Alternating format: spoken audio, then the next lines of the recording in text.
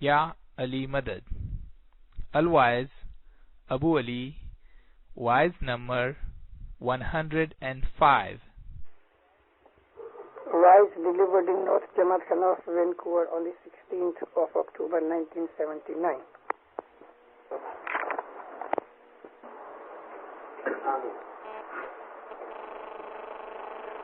Vajra vira sat keri vachadi vira bhai یوں چلو رے جیوں سوئی کیڑے دھاگا جیر ویرا کھٹن ہارا سچی لوک کھٹی گیا رے دوجا کھٹن کو لاگا. مولانا حضرت امام پہ صلوات پڑھو مومنو. اللہم صلی اللہ محمد و صحابہ. دیندارو، وہ صدر دین جنہوں نے ہم کو اسماعیلی مذہب میں داخل کیا اور ہمیں حضرت امام کی شناخت بتائی، اس ست پنتھ دین کے اندر رحم کر کے قبول کیا. اس پیر کی ہدایت ہمارے لیے دین دنیا کے اندر نہ صرف یہ کہ ہمارا فرض ہے ہم عمل کریں، بلکہ ہمارا اس میں بھلا ہے. مفتی صدر دین آج بھی جیتا ہے، لیکن نام جدا ہے. اس کا نام ہے کل پیر جو پیر مولانا شاہ کریم صلوات اللہ علیہ. حضرت امام کے پاس پیری جامہ بھی ہے اور امامت کا صاحبی جامہ بھی ہے. مفتی صدر دین کہتے ہیں سچ کے راستے پہ تم اس طرح چلو جیسے سوئی کے پیچھے ڈورا جاتا ہے. ہم تو خیر ڈورا بنے، سوئی کون؟ سوئی پیر صدر دین، سوئی ہمارا گرو. گرو چلے تیوں چلو، اور دوسری جگہ لکھے کہ گرو چلاوے تیوں چلو. تم کوئی کام کرو تو پیر کو پوچھ کے راستہ ڈھونڈو. ہمارے پاس ایسے بے حساب گنان ہیں کہ جن کے اندر ہمیں دنیا اور دین کی دوروانی دی گئی، وہ حساب گنان ہے. اور جو اس طرح سے سوئی کے پیچھے اپنے گرو کے پیچھے چلتے ہیں تو وہ کھٹن والے یعنی سکسیسفل جیو جو تھے وہ کھٹ گئے، نفع اٹھا کے چلے گئے. اب ان کی جگہ دوسرے آئے، وہ نفع اٹھاتے ہیں. تو ہم کو بھی اگر پیر مرشد کے فرمان پہ عمل کرنے کی توفیق ملے تو ہمارے لیے بھلا ہی بھلا ہے، بھلا ہے. میں نے گئی کل کی واز میں حضرت امام کے لندن تبرانی کے جو فرمان سنائے، میں نے آپ کو عرض کی کہ 3 فرمان 3 باتیں ہر روز حضرت امام فرماتے رہے. اس بات کی کتنی بہت امپورٹنس ہوئے گی کہ ہر روز 7 دن تلک امام جماعت کو یہی کہتے رہے اپنے مذہب کے اوپر پکے رہو اور آپس کے اندر صلاح سمجھتے رہو، جماعت کی سیوا کرو، اور جو تمہاری ٹریڈیشنز ہیں پرانالیکا ہیں ان کے اوپر تم ڈٹے رہو. یعنی اپنی پرانالیکا کو بھولنا نہیں. ویسٹرن دیشوں کے اندر آ کے اس کے ساتھ ہمارا کنیکشن ٹوٹ نہ جائے. جو ہم کو ادھر قائم رکھنا ہے اس کے لیے امام کو کتنی فکر رہی. ایک دن بول کے چھوڑ دیتا، پھر 6 دن بول دیتا، لیکن امام ہر روز بولتے رہے. ڈیلی رہو چلو تو سب پیر پوچھی نے راہ چلو اجڑ پگ نہیں پاونا ہے نہیں پاونا پھر شمس غازی بولیا پھل سچے یار مومن پاونا اے ویرا پاونا. بہت سے گنان پنجابی میں ہیں جو عام طور پہ بولے نہیں جاتے. لوگوں کو بہت سے پنجابی گنانوں کے راگ کا پتہ نہیں اور زبان بھی ایسی ہے کہ شمس فرماتے ہیں کہ تم راہو راہ چلو پیر پوچھینے راہ چلو. اے رستے پہ چلنے والوں جب تم راہ پہ چلو تو پیر کو پوچھ پوچھ کے رستہ ڈھونڈو. نہیں تو کیا ہوگا اگر ایک رستہ بھول گئے ایک موڑ چوک گئے تو لمبے حساب میں پڑ جاؤ گے واپس آنا مشکل ہو جائے گا. راہو راہ چلو پیر پوچھینے راہ چلو اجڑ پگ نہیں پاونا. ایسا نہ ہوئے کہ رستے کے اوپر اگر بھول کر دی اپنی مرضی سے کچھ بھول گئے تو اجاڑ میں چلے جاؤ گے جنگل میں چلے جاؤ گے. پھل سچے یار مومن پاونا. جو سچے دوست ہیں مولا کے سچے مومن ہیں ان کو کامیابی ملتی ہے. ہماری جو روایات ہیں اردو میں روایات کہتے ہیں انگلش میں ٹریڈیشن کہتے ہیں اور ہم گجراتی وغیرہ کے اندر پرانالیکا کہتے ہیں. دو قسم کی ہیں. ایک تو ہماری دھارمک روایات ہماری ریلیجیس ٹریڈیشن دوسری ہماری سوشل ٹریڈیشن. ان دونوں کو ہمیں سنبھالنا ہے کیونکہ دونوں ہمارے لیے ضروری ہیں. ہماری ریلیجیس ٹریڈیشنز میں سب سے پہلے اگر کوئی ٹریڈیشن ہے تو وہ ہمارے گنان ہیں جس کو حضرت امام نے ونڈرفل ٹریڈیشن کا نام دیا. تمام ٹریڈیشنز میں سے گنان سب سے اونچی ٹریڈیشن ہے ونڈرفل ہے کارن کہ ان گنانوں کے اندر سے ذرے کی طرح بند نہ ہوئے ایسا میٹھا ٹھنڈا فریش کر دینے والا پانی نکل رہا ہے. ایک اسپرنگ میں سے کنٹینیوس پانی نکلتا ہے وہ بند ہوتا ہی نہیں. وہ پانی میٹھا ہے ٹھنڈا ہے اور ریفریشنگ ہے. آپ کبھی کشمیر جاؤ کشمیر کے اندر گلمرگ ایک جگہ ہے. اس گلمرگ کے اوپر تقریباً 8 میل اور اوپر چلے جاوے آدمی ہمالیہ پربت کی چوٹیاں دکھتی ہیں برف ہی برف ہے. وہاں ایک چھوٹی سی جگہ کے اوپر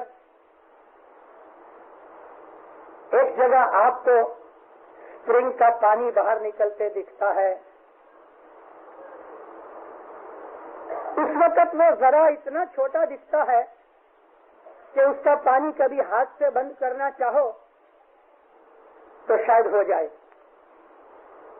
مگر اتنا ٹھنڈا ہوتا ہے کہ ہاتھ برداشت نہیں کر سکتا. یہ پانی نکلتا ہے اور چلتے چلتے چلتے کراچی کے نزدیک حیدرآباد اور کراچی کے بیچ میں سندھو ندی میں آ کے پڑتا ہے. اس دریا کا یہ ندی جو نکلتی ہے ریور چھوٹے سے اسپرنگ میں سے نکلتی ہے اور یہ جہلم ندی ہے. جہلم ندی جو اٹک اور جہلم مل کے سندھو بن جاتے ہیں اور اس کے اوپر 1.5 مائل لمبا پل بنتا ہے. اتنا پانی ہے. بندارو اس طرح سے ہمارا جو گنان کا شاستر کا بھنڈار ہے وہ ہماری ٹریڈیشنز ہے. اس ٹریڈیشن کے اندر سب کچھ ہے. زندگی گزارنے کے لیے ہماری دورونی ہے مذہب پہ چلنے کے لیے بھی اس میں سب کچھ ہے. حضرت امام جو کہتے ہیں کہ تم اپنی ٹریڈیشنز کو نہیں بھولنا تو وہ سب کچھ ہمیں گنانوں میں سے ملتا ہے. دھارمک ٹریڈیشنز ہیں کہ ہم ہر روز صبح شام جماعت خانے میں آویں. مذہب کی تو یہ چیز ہے کہ مولانا حضرت امام کی بیعت کی ہے تو حضرت امام کو ہم اپنا امام مانا اور ہم امام سے اتنی محبت کرتے ہیں کہ جتنی اللہ سے محبت ہوتی ہے. ہماری نظر میں حضرت امام کا نور اور اللہ ایک ہی ہے. یہ ہمارا فیض ہے, یہ ہمارا فیض ہے جس پہ حضرت امام نے فرمایا کہ تم اپنے فیض پہ اپنے مذہب کے اوپر قائم رہو.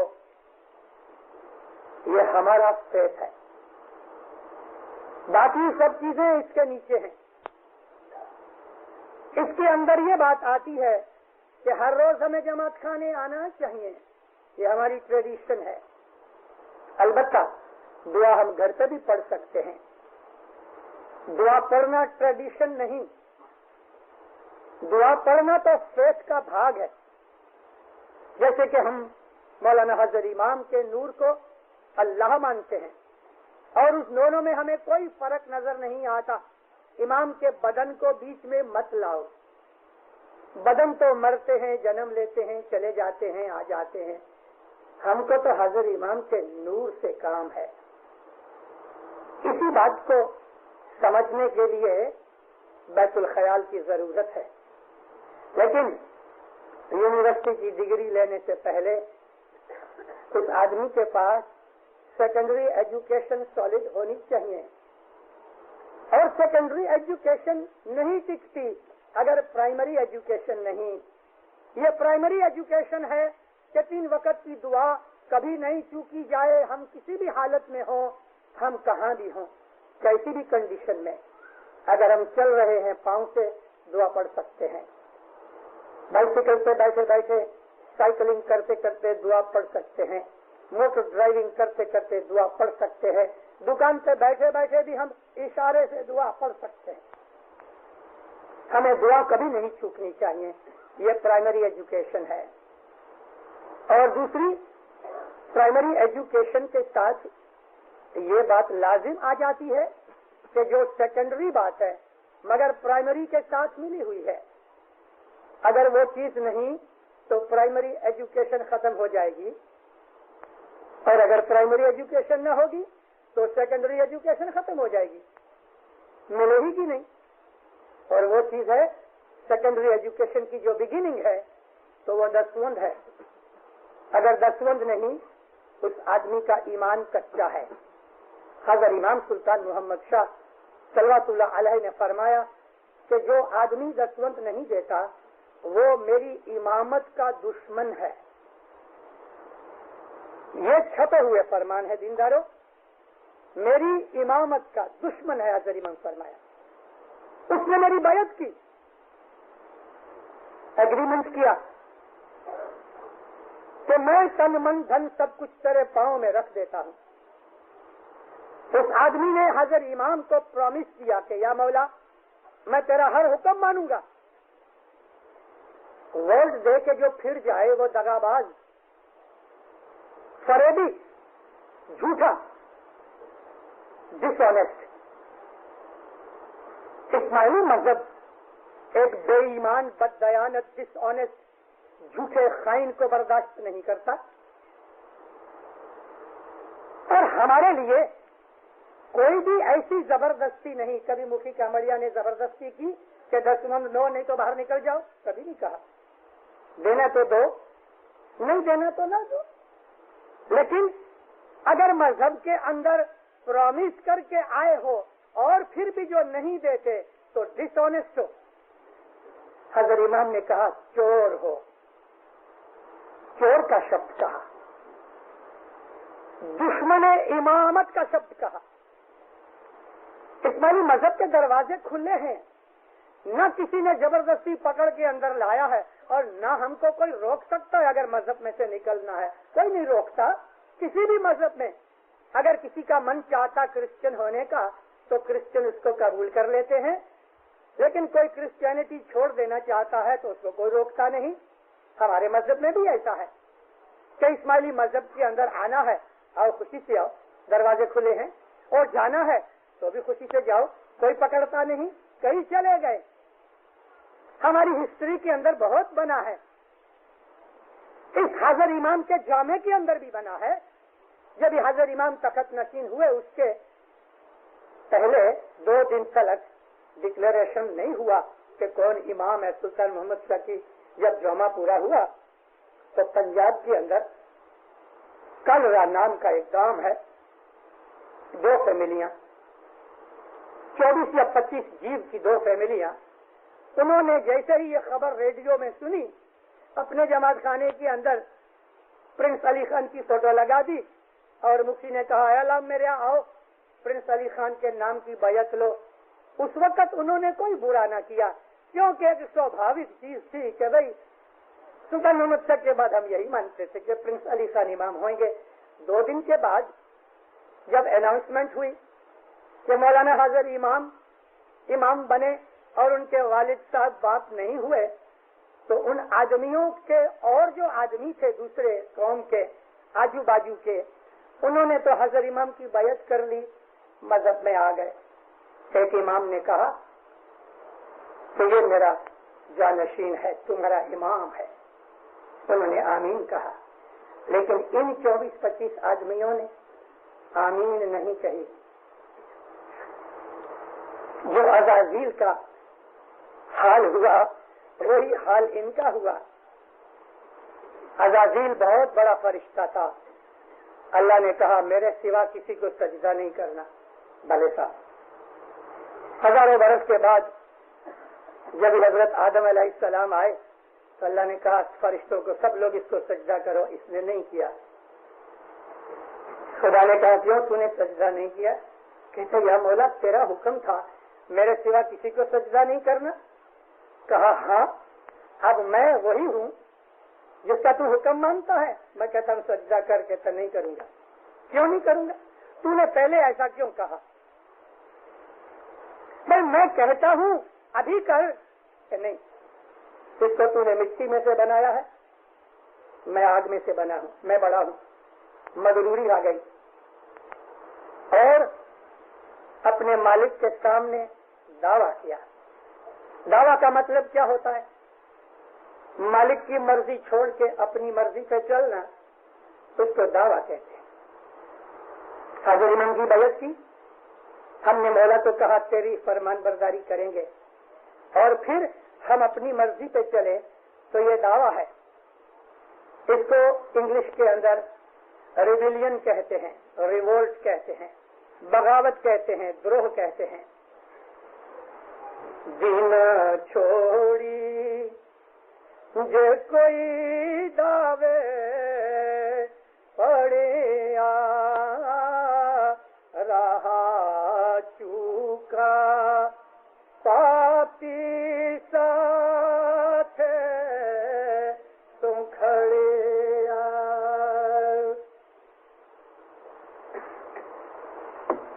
آپ مرادا جیوا دو کے پڑیا بھر میں مت بھولو بھائی نمی چالو مرنا, ایک دن تمہیں مرنا ہے.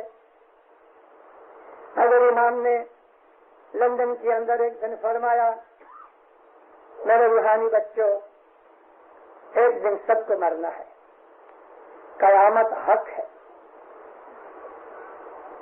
اور ہمارے اعمال جج کیے جائیں گے. دین چھوڑی یہ کوئی دعوے پڑیا, دین کو چھوڑ کے اپنی مرضی سے جو چلا رہ چکا وہ راستہ بھول گیا, وہ پاپی ہو گیا. پاپی ساتھے سے اکھڑیا, اس کے ساتھیوں سے بچھڑ گیا. آپ مرادہ اپنے وچاروں پہ چلنے سے, اپنے ہاتھوں سے گناہ کرنے سے دوزخ میں پڑیا. اللہ میرا دوزخ کیا چیز ہے؟ کیا Vancouver, Toronto, new York, London ایسے نام کی کوئی جگہ ہے, کوئی جیوگرافیکل پلیس ہے؟ نہیں. دوزخ جو ہے وہ اسٹیٹ آف مائنڈ ہے. دوزخ ہماری اسٹیٹ آف مائنڈ ہے. ایک آدمی اندر اندر جلتا ہے تو وہ آگ میں جلتا ہے. یہی آگ دوزخ کی آگ ہے. بدی برائی کرنے کے بعد انسان کو پشیمانی ہوتی ہے. بدی برائی کرنے کے بعد انسان کو جو ریپینٹنس ہوتی ہے وہ خدا تعالی ریپینٹنس کو دیکھ کے اس کو معاف کر دیتا ہے. لیکن جو آدمی ریپینٹ نہیں کرتا تو اس کے دل میں جلاپا رہتا ہے. یہی دوزخ ہے. تو اپنے راستے پہ گرو کے کہنے پہ عمل کرتے رہو, چلتے رہو. ان آدمیوں نے, یہ جو 24 جن تھے, انہوں نے حضرت امام کی بات نہ مانی. یہی کہنے لگے کہ نہیں, پرنس علی خان ہمارے امام ہیں اور کوئی نہیں. اور پرنس علی خان جب ان کو پتہ لگا تو انہوں نے ایک آفیسر کو بلایا, اور وہ آفیسر کیپٹن امیر علی تھے, اور کہا کہ کسی اچھے مشنری کو ساتھ لے کے تم ان کو سمجھانے جاؤ. مرحوم کیپٹن امیر علی اور مرحوم مشنری غلام علی شاہ, یہ دونوں پنجاب گئے اور وہاں جا کے ان کو بہت سمجھایا کہ دیکھو میرے پاس یہ پرنس علی خان نے خط لکھا ہے. پرنس نواب نے لکھا, میں ان کو کچھ لکھنا نہیں چاہتا, لیکن میرا یہ خط ان کو دکھانا, پڑھانا کہ میرے باپ نے میرے بیٹے کو امام بنایا ہے. میں تمہارا امام نہیں, میرے بیٹے کی بیعت کرو. میں خود سلمیہ میں جا کے اپنے بیٹے کی بیعت لے کے آیا ہوں, لہذا تم سچے رستے پہ آ جاؤ اور جھوٹا رستہ چھوڑ دو. نہیں مانے. 2 برس کے بعد نامدار پرنس علی خان کا جب ایکسیڈنٹ ہوا تو ہم کو ایسا تھا کہ اب وہ سیدھی راہ پہ آ جائیں گے, کیونکہ علی خان کے بعد آخر مولانا حاضر امام تو آنے ہی والے تھے. لیکن وہاں کا ٹیڑھا آدمی ٹیڑھا ہوتا ہے نا, انہوں نے کہا کہ تو نہیں, لیکن پرنس امین ہمارا امام ہے. جب انسان کی انتر کی آنکھیں اندھی ہو جاتی ہیں, پھر کتنی بھی لائٹ اس کی آنکھوں کے ساتھ لے کے آؤ, وہ لائٹ نہیں دیکھ سکتا. دن چھوڑی جے کوئی دعوے پڑیا, رہ چکا پاپی ساتھ سو کھڑیا, آپ مراداں جیو دوزخ پڑیا. بھرمے مت بھولو, کسی شنکا شبہ میں مت رہو, سچے رستے پہ عمل کرو. ست پہ ست کیڑی واچڑیے, یوں چلو جیوں سوئی کے رے دھاگا, سوئی کے پیچھے پیچھے چلو. مولانا حضرت امام کے جو فرمان ہے وہی ہماری سوئی ہے. امام ہم کو جدھر لے کے جاوے ادھر ہمیں چلے جانا چاہیے.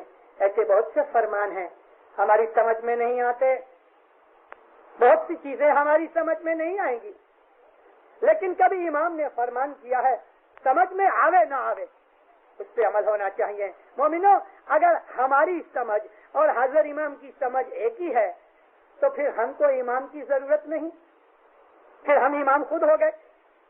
لیکن ہم امام نہیں بن سکتے, امام تو دنیا میں ایک ہی ہوتا ہے, اس لیے ہمارا فرض ہے. تو میں نے عرض کی آپ کو, مولا فرمایا کہ اپنی پرانالیکا پہ عمل کرو. 2 جات کی پرانالیکا ہے, پرانالیکا ایک ہی مگر اس کی 2 سائڈز ہیں. ایک تو ہماری مذہبی ٹریڈیشن, جیسا کہ گنان, جماعت خانے کی حاضری, گھٹ پاٹ, کریا کرم, جو کچھ بھی جماعت خانے میں ہوتا ہے نا, یہ ہماری ٹریڈیشنز ہیں. یہ مذہب کی فاؤنڈیشن بن جاتی ہے, لیکن فاؤنڈیشن نہیں. ان چیزوں کے اوپر ہمارا ایمان ٹکا ہوا نہیں, ایمان تو حضرت امام کے اوپر ہے. اگر حضرت امام کہے کہ تم آج سے نیاز پینا چھوڑ دو تو ہم چھوڑ دیں گے, کیونکہ یہ چیز فاؤنڈیشن نہیں. اگر حضرت امام کہے آج سے ناندی بند کرو تو بند. امام سلطان محمد شاہ صلوات اللہ علیہ 1934 میں برما گئے. برما میں فرمان کیا, ایک وقت آئے گا میں دسوند بند کروں گا. 62 میں حضرت امام نے دسوند بند کر دی. 1934 کا فرمان. آج بھی تھوڑے سے آدمی رنگون کے اندر ہیں, لیکن مولا نے دسوند بند کر دی, ادھر دسوند نہیں, اور وہ لوگ گنہگار نہیں, کیونکہ امام نے فرمان کر دیا. مرحوم وارث علی دین علیہ السلام کو کئی لوگوں نے دیکھا ہوگا جو یہاں بیٹھے ہوئے ہیں. ورئیس وزیر علی دین علیہ السلام کو سلطان محمد شاہ علیہ السلام نے فرمایا کہ اے وارث، کاٹیا واڑ سے تم 50 آدمی ادھر بلاؤ، ان کو پیسہ نہیں دینا، ان کو زمین دینا اور 6-12 مہینے کی روٹی دینا، میں ساری زندگی کی تمہاری دسوند معاف کروں گا۔ مگر علی بن ابی سلام وہ کام نہ کر سکا اور مٹ گیا۔ امام ایک حکم کرتا ہے، ہمارا سارا مذہب، ایمان، دین جو کچھ بھی ہے حضرت امام کے حکم پر ہے۔ کبھی اس نے ہم کو یہ کہا کہ تم ڈھول بجایا کرو شام کو جماعت خانے کے اندر، اللہ میرے ہم ڈھول بجائیں گے، پھر بھلے باہر آدمی جمع ہو کے ہم لوگوں کو پاگل کہیں بھلے کہیں، ہم اپنے امام کے فرمان پہ ڈھول بجائیں گے، دوسروں کی باتیں ہم نہیں سنیں گے۔ مولانا جلال الدین رومی جیسا آدمی، 42-43 برس کی اس کی عمر، اس زمانے کے اندر جلال الدین رومی سے بڑا عالم سارے اسلام میں کوئی نہ تھا۔ 18-20 برس کی عمر میں شمس تبریز نے اس کو حکم کیا کہ مجھے شراب چاہیے۔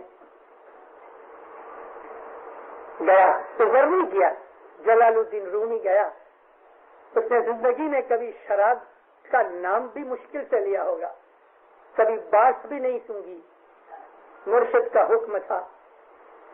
ایک پیچھے سے گیا، وہاں جا کے کھڑا رہا، پیچھے والے کی نظر پہنچی تو اندر سے بھاگ کے باہر آیا، یا حضرت آپ یہاں؟